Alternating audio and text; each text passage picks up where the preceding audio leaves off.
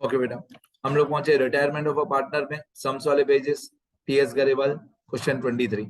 अब आपको यहाँ पे हेडिंग में लिखा ही है गरेवाल वालों ने, ऐसा हेडिंग कोई बोर्ड एग्जाम में आपको दिया हुआ नहीं होगा, ठीक है। ये आपको खुद ही जज करना है कि ये क्या लिखा हुआ है, या ये हेडिंग एग्जाम में होगा नहीं, और through numbers, through sacrifice formula, through gain formula आपको ये सब जज करना है ये क्या लिखा हुआ है।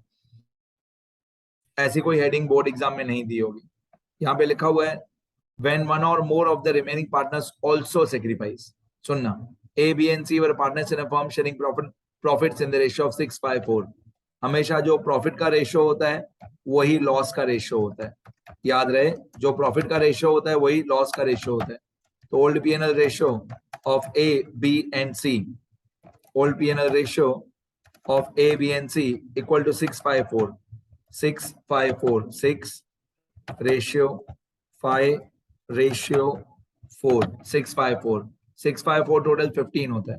तो 6/15, 5/15 और 4/15, 6/15, 5/15 और 4/15, ये हमारे तीनों पार्टनर्स का रेशियो आ गया 6/4 टोटल 15।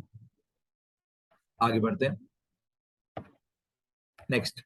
फिर क्या दिया हुआ है, their capitals were A 1 lakh, B 80,000 and C 60,000 respectively. आपको मालूम है जब भी मैं वर्किंग नोट्स बनाता हूँ तो रेशियोज वाली सारी बातें अलग से लिखता हूँ और अमाउंट वाली सारी बातें अलग। तो ये इनका कैपिटल है ABC का 1 लाख और 80,000 और 60,000, ये मैं अमाउंट्स में लिखूंगा। ये अमाउंट्स A इज कैपिटल, फिर B इज कैपिटल और C is capital. A is capital, B is capital, C is capital. एक बार फिर से अमाउंट्स कंफर्म करके लिखेंगे। ए का कैपिटल है 1 लाख, बी का कैपिटल है 80,000 और सी का 60,000। 1 लाख और 80,000 और 60,000, 1 लाख और 80,000 और 60,000 रुपीज, ये ए बी सी का कैपिटल, राइट। यहाँ पे सारी अमाउंट्स की बात है। आगे बढ़ते हैं, और क्या दिया हुआ है। On 1 April 2009 a retired. अब मेरी हैबिट है जो रिटायर हो जाता है उसको मैं इस तरीके से सर्कल या बॉक्स कर देता हूँ, यदि हमको एंड तक याद रहे कि ये वाला पार्टनर रिटायर हो गया। ए रिटायर्ड, 6/15 ए का रेशियो था। A retired from the firm and the new profit sharing ratio between C, B and C, new ratio between B and C was decided as 1:4। तो new P&L ratio of B and C, यहाँ पे new हो जाएगा old की जगह पे, और B और सी, ए तो रिटायर हो गया तो new P&L ratio of B and C equal to 1:4। B और सी का न्यू रेशियो 1:4। अब 1:4, 1:4 तो टोटल हुआ 5, मतलब 1/5 और 4/5। आगे फिर लिखा है on as retirement the goodwill of the firm was valued at 1,80,000। ये वैल्यूड एट 1,80,000 मतलब ये गुडविल की न्यू वैल्यू है 1,80,000। तो मैं यहाँ पे लिखूंगा new goodwill, new goodwill equal to 1,80,000 rupees. ये न्यू गुडविल है 1,80,000 रुपीज। आगे और क्या दिया हुआ, showing your calculation clearly pass the necessary journal entries for the treatment of goodwill on as retirement. मतलब जब ए रिटायर होगा तब गुडविल की एंट्रीज क्या होंगी और उसका कैलकुलेशन वर्किंग नोट्स बताओ। सबसे पहले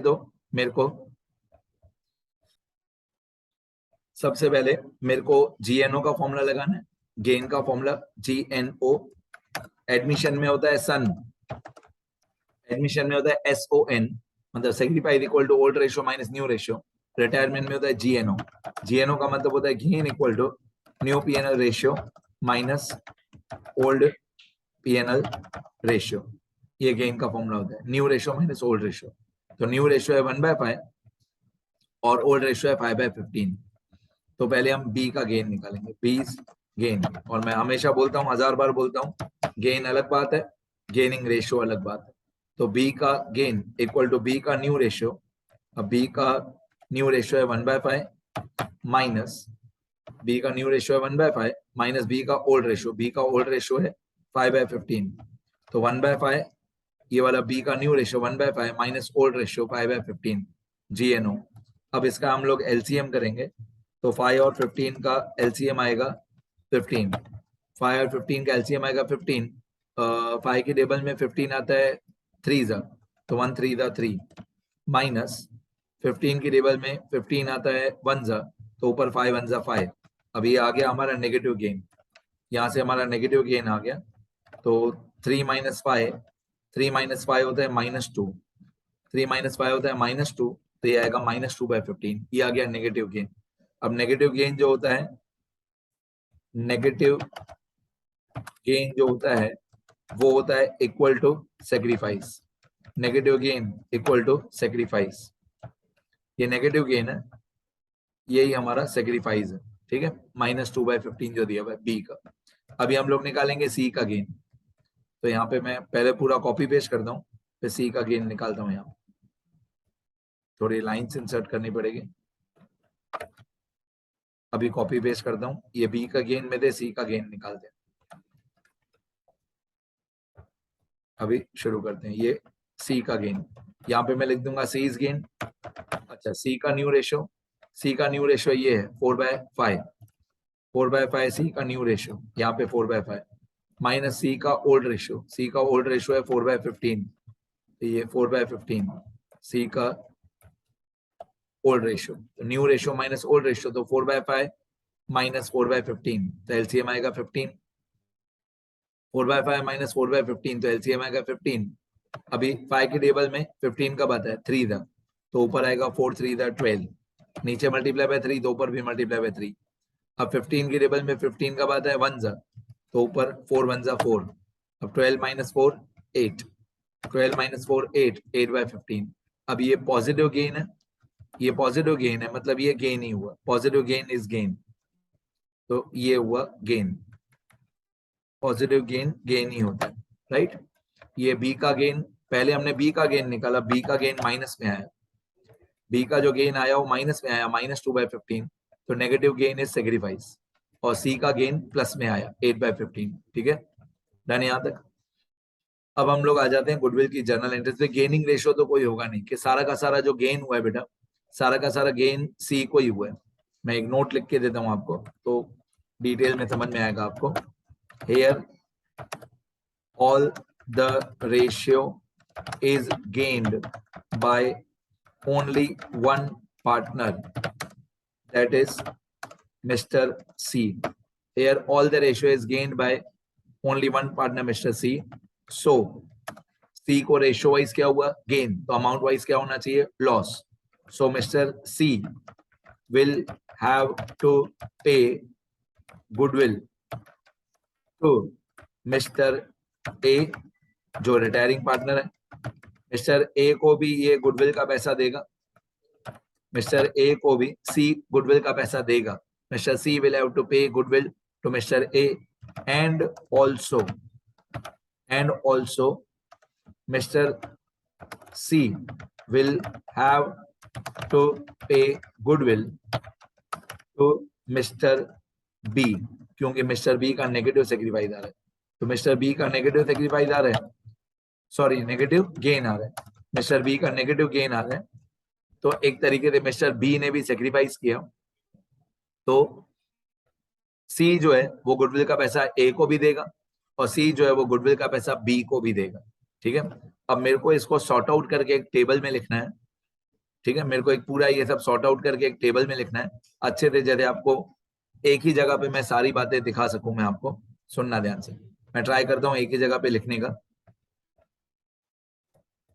एक टेबल बनाता हूं मैं, तो आपको अच्छे से समझ में आए, देखते रहना। देखो मैं यहाँ पे एक टेबल बनाता हूँ जिसमें मैं तीनों का ओल्ड रेशियो, न्यू रेशियो और सेक्रीफाइस वगैरह में लिखूंगा। देखो यहाँ पे मैं लिखता हूँ ओल्ड रेशियो तीनों का, यहाँ पे मैं लिखता हूँ न्यू रेशियो तीनों का, ठीक है। और यहाँ पे मैं लिखता हूँ सेक्रीफाइस हुआ के गेन हुआ। फिर क्या होगा, मैं सारे कैलकुलेशन जर्नल एंट्री इसी टेबल में से सॉल्व कर दूंगा सारी। तो तीनों का ओल्ड रेशियो अगर आपको याद हो, तो तीनों का ओल्ड रेशियो ये था 6/15, 5/15, 4/15।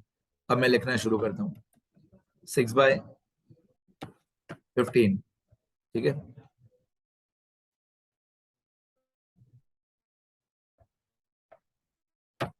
सिक्स बाय 15, फिर दूसरा था 5/15, और तीसरा था 4/15। 6/15, 5/15, 4/15, ये था ओल्ड रेशियो 6/4। अभी मैं न्यू रेशियो लिखता हूँ न्यू रेशियो है ये 1/5 और 4/5, न्यू रेशियो है, उसमें बी और सी है 1/5 और 4/5, 1/5 और 4/5, ये ए है, ये बी है और ए सी है, ए बी सी, ये तीनों का ओल्ड रेशियो 6/15, 5/15, 4/15, ये तीनों का न्यू रेशियो 1/5 और 4/5। अब ए तो न्यू रेशियो में नहीं आएगा, न्यू रेशियो में ए तो नहीं आएगा, ठीक है। अब मैं तीनों का गेन या सेक्रीफाइस लिखता हूँ। मैं क्या करता हूँ, ये जो न्यू रेशियो था बी और सी का, इसमें जानबूझ के मैं एलसीएम 15 बना देता हूँ, जैसे आपको और अच्छे से समझ में आए। तो 1/5 और 4/5 दोनों का डिनोमिनेटर में 15 बना देता हूँ। तो 5 की टेबल में 15 कब आता है, 5 की टेबल में 15 3 था। मतलब इन शॉर्ट, अगर मेरे को 1/5 की जगह पे डिनोमिनेटर मेरे को 15 चाहिए, तो मैं नीचे मल्टीप्लाई बाय 3 करूंगा, तो ऊपर भी मल्टीप्लाई बाय 3 करूंगा, तो नीचे हो जाएगा 5 3 15, तो ऊपर हो जाएगा 1 3 3, तो 1/5 या 3/15 एक ही बात है। मैंने इसको जानबूझ के 1/5 को 3/15 बना दिया। अब उसी तरीके से ये जो 4/5 है, इसको भी मैं 15 बनाता हूँ। तो नीचे 5 की जगह पे मैं 15 बनाता हूँ, 5 3 15, तो ऊपर हो जाएगा 4 3 12, तो ये हो जाएगा 12/15। तो न्यू रेशियो 1/5 और 4/5 की जगह पे मैंने कर दिया 3/15 और 12/15। अब मैं 1/5 4/5 मिटा देता हूँ, उसकी जगह मैंने कर दिया 3/15 और 12/15, ठीक है। 1:4 की जगह पे मैंने कर दिया 3:12, एक ही बात है, ठीक है। थोड़ी लाइंस वाइंस बना लेते हैं जैसे और दूर से आपको दिखाई दे क्लियरली।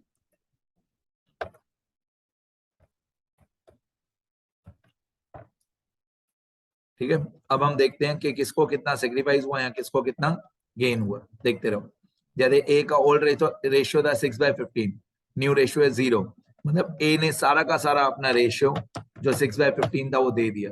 तो ए को रेशियो वाइज क्या हुआ, सेक्रीफाइस। ए ने अपना सारा 6/15 दे दिया, या थोड़ा बी को या थोड़ा सी को, लेकिन ए तो न्यू रेशियो में से निकल गया, तो ए ने अपना सारा रेशियो दे दिया।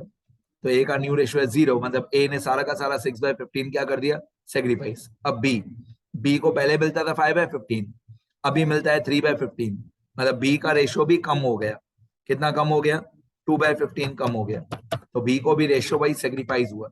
अब जिस पार्टनर को रेशियो वाइज सेक्रीफाइस होता है उसका अमाउंट वाइज गेन होता है। अभी सी को पहले मिलता था 4/15, अभी मिलता है 12/15, तो सी का रेशियो बढ़ गया। कितना रेशियो बढ़ गया, 8/15। सी का रेशियो 8/15 बढ़ गया, तो सी को रेशियो वाइज क्या हुआ, गेन। ठीक है, अभी आगे सुनते जाना। ए को रेशियो वाइज सेक्रीफाइस हुआ, बी को रेशियो वाइज सेक्रीफाइस हुआ, सी को रेशियो वाइज गेन हुआ। इन तीनों को मल्टीप्लाई बाय गुडविल की न्यू वैल्यू कर दो। गुडविल की न्यू वैल्यू हमने लिखा भी था यहाँ पे, क्वेश्चन में दिखा दूं।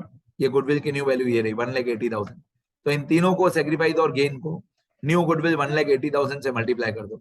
तो मल्टीप्लाई बाय 1,80,000 जो न्यू गुडविल है, फिर मल्टीप्लाई बाय 1,80,000 मल्टीप्लाई बाय 1,80,000। तो जितना भी आपका सेक्रीफाइस या गेन है उसको मल्टीप्लाई बाय न्यू गुडविल कर दो। ठीक है, तो आपका आंसर, फाइनल आंसर आ जाएगा कि कौन सा पार्टनर कितना डेबिट होगा या कितना क्रेडिट होगा। अब जैसे पार्टनर ए है तो उसमें 1,80,000 मल्टीप्लाई बाय 6/15, 1,80,000 मल्टीप्लाई बाय 6/15, ये होता है 72,000। फिर 1,80,000 मल्टीप्लाई बाय 2/15, ये होता है 24,000। फिर 1,80,000 मल्टीप्लाई बाय 8/15, मल्टीप्लाई बाय 8/15, तो ये होता है 96,000। ठीक है, अभी थोड़ा लॉजिक बताता हूँ। ए को रेशियो वाइज सेक्रीफाइस हुआ, ए को रेशियो वाइज लॉस हुआ, रेशियो वाइज सेक्रीफाइस हुआ, तो अमाउंट वाइज गेन होगा। ए को रेशियो वाइज सेक्रीफाइस हुआ तो अमाउंट वाइज गेन होगा, अमाउंट वाइज गेन होगा तो ए का कैपिटल जो है वो हो जाएगा क्रेडिट। ए का कैपिटल क्रेडिट होगा क्योंकि ए को रेशियो वाइज लॉस हुआ तो अमाउंट वाइज गेन होना चाहिए। अच्छा, बी को भी रेशियो वाइज लॉस हुआ तो अमाउंट वाइज गेन होना चाहिए, मतलब इसका कैपिटल भी क्रेडिट होना चाहिए, कैपिटल अकाउंट क्रेडिट होना चाहिए।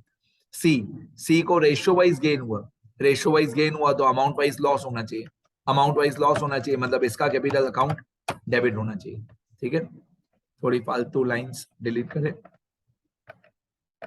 चलो फिर से आते हैं ए पे। ए को रेशियो का सेक्रीफाइस हुआ तो अमाउंट का गेन होना चाहिए, मतलब कैपिटल अकाउंट क्रेडिट होना चाहिए। बी में भी सेम, रेशियो का सेक्रीफाइस हुआ तो अमाउंट का गेन होना चाहिए। सी में रेशियो का गेन हुआ, सी में रेशियो का गेन हुआ तो अमाउंट वाइज लॉस होना चाहिए, तो सी का कैपिटल डेबिट होना चाहिए। अब डेबिट और क्रेडिट का टोटल इक्वल होना चाहिए, तो डेबिट का टोटल है 96,000, क्रेडिट में भी 72 और 24 96 ही हुआ, ठीक है। अब इसमें से जर्नल एंट्रीज वगैरह कैसे करेंगे वो सिखाता हूँ, सुनना ध्यान से। जर्नल एंट्रीज देखते जाओ, जर्नल एंट्री कैसे करेंगे। जर्नल एंट्री में पहली entry, journal entries in the books of partnership firm of A B and C. तो पहली एंट्री होती है ओल्ड गुडविल रिटर्न ऑफ, वो इस क्वेश्चन में दिया हुआ नहीं है। ओल्ड गुडविल रिटर्न ऑफ, वो इस क्वेश्चन में ओल्ड गुडविल दिया हुआ ही नहीं है, तो पहली एंट्री नहीं करेंगे। स्टेप 2, 3, 4, स्टेप 2, 3, 4 रिटायरमेंट चैप्टर में होता ही नहीं।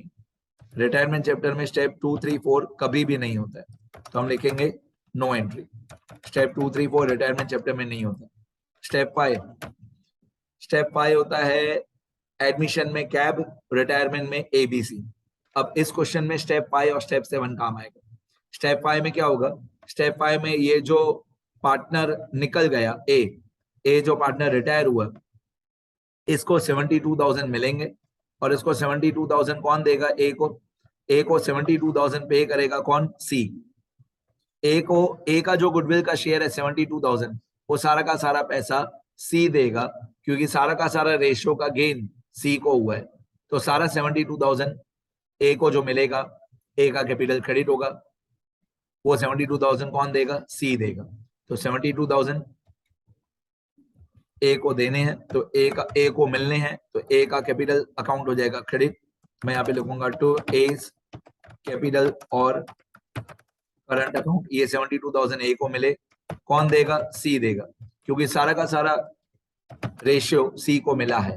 तो सी कैपिटल और करंट अकाउंट हो जाएगा डेबिट, मतलब सी से पैसा लेंगे और ए को दे देंगे।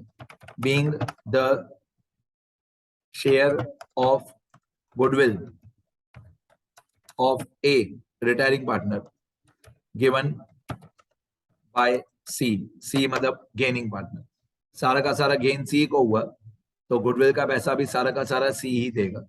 स्टेप 6 में होता है जो पार्टनर रिटायर हो गया उसके कैपिटल का पैसा पे करो, पर मैं फिलहाल अभी बता नहीं रहा हूं कि जो पार्टनर रिटायर हो गया उसके कैपिटल का कितना पैसा होगा, कितना कैश में पे करेंगे, कितना लोन में ट्रांसफर करेंगे, मैं फिलहाल नहीं बता रहा हूं, क्योंकि सी का कैपिटल दिया हुआ है ये वाला 60,000, सॉरी ए का कैपिटल दिया, ए रिटायर हुआ, ए का कैपिटल दिया हुआ है 1 लाख जो पार्टनर रिटायर हुआ, और ए को 72,000 और भी गुडविल का मिला, तो टोटल 1,72,000 ए का कैपिटल हो गया। लेकिन ये 1,72,000 जो ए का कैपिटल है, ये हमने कैश में पे किया कि नहीं पे किया, वो कुछ भी बताया हुआ नहीं है। ए का कैपिटल पहले 1 लाख था और ए को 72,000 और भी मिला गुडविल का, तो टोटल ए का कैपिटल हुआ 1,72,000। तो ये ए के कैपिटल को हमने पे किया है, अगर पे किया है हाँ तो as capital to cash and bank, और अगर पे नहीं किया है, अगर पे नहीं किया है यही वाला 1,72,000, तो as capital to as loan. अब वो कुछ भी बताया हुआ नहीं है कि ए का पैसा हमने पे कर दिया तो as capital to cash and bank, pay नहीं किया तो as capital to as loan, वो कुछ भी क्वेश्चन में बताया हुआ नहीं है।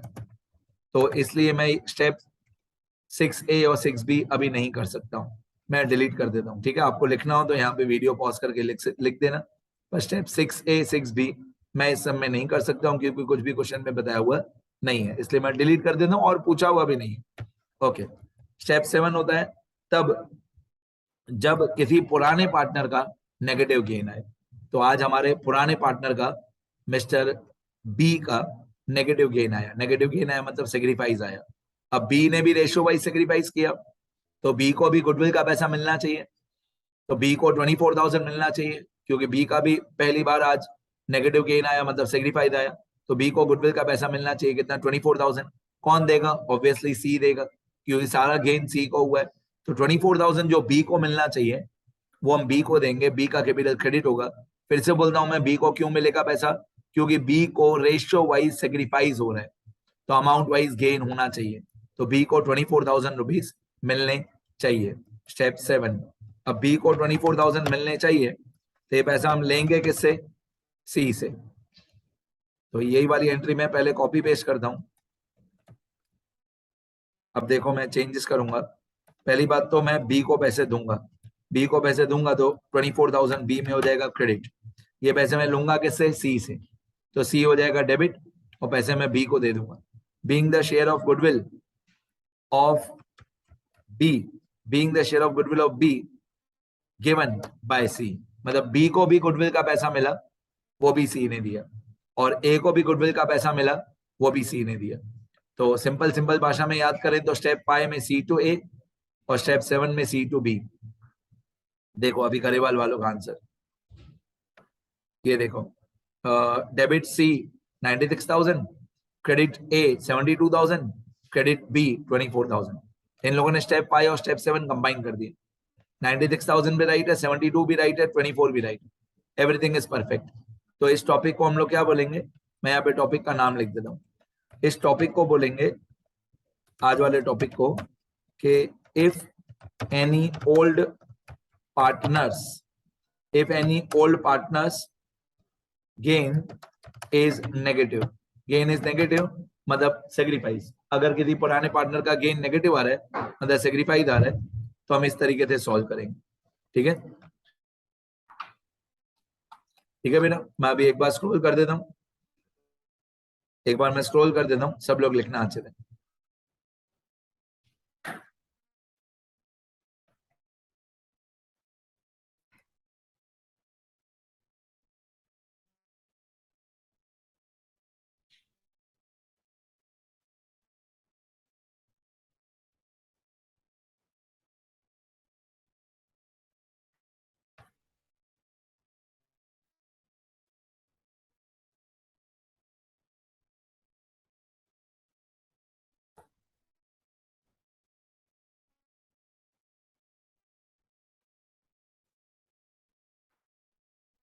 बस लास्ट में ग्रैंड टोटल कर देना, बाकी हमारा आंसर कंप्लीट हो गया।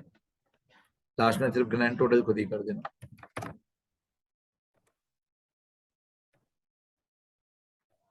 ठीक है, 24 और 72, 96,000 ग्रैंड टोटल है। कैपिटल वाली एंट्री मैंने नहीं की। ठीक है, लिखो सब लोग।